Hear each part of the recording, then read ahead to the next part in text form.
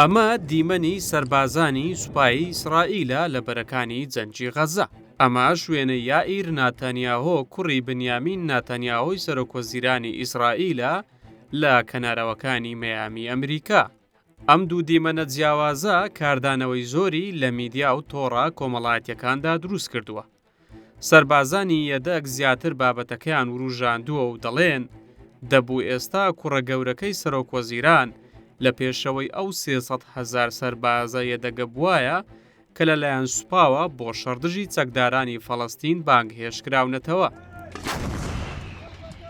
ئەوان دەڵێن کوڕەکەی سەرۆکوەزیرانی ئیسرائیل هیچ گرنگی بەوە نادات لە وڵاتەکەی ڕوودەدات و وەک گەشتیارێک لە ژیانی پڕ لە ڕەفاهیەتدا لە هاوینە هەواری مەیامی لە ویلایەتی فلۆریدای ئەمریکادا کاتەکانی بەسەردەبات.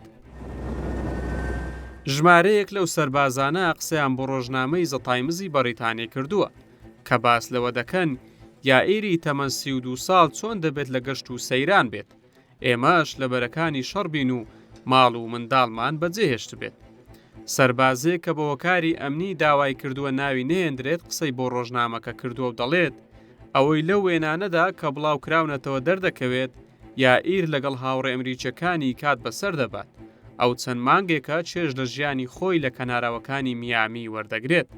خۆبەخشێکی دیکە کە بە هەمان شێوە ناوی ئاشکرا نەکردووە و سەرقاڵی ئامادەکاری بووە بۆ ئەوی بچێتە بەرەی باشووری وڵات دەڵێت لە سەرەتای شەڕ لە ئەمریکاوە بە فڕۆکە گەڕامەوە کە کار و خێزانم هەیە، چونکە هیچ ڕێگەیەک نییە لەوێ بمێنمەوە و وڵاتەکەم جێبهێڵم و گەلەکەم لەم کاتە هەستیارەدا تەنها بکەم. بە پێی یاسا خزمەتکردنی سەربازی بۆ زۆرینەی ئیسرائیلەکان ناچاریە کاتێک تەمەنیان دەبێتە 18 ساڵ کە پێویستە پیاوان 32 مانگ و ئافرەتانیش 24 مانگ خزمەت بکەن.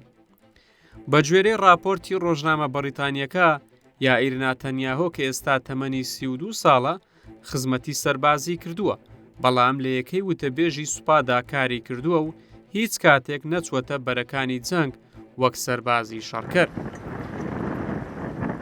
وەک لە میدیاکانی ئیسرائیلدا بڵاو کراوەتەوە یائیر خەونی ئەوەیە لە بواری سیاسیدا ببێتە میراتگری باوکی، بەڵام زیاتر بە کەسایەتیەکی توندڕە و مشتومڕاوی ناسراوە.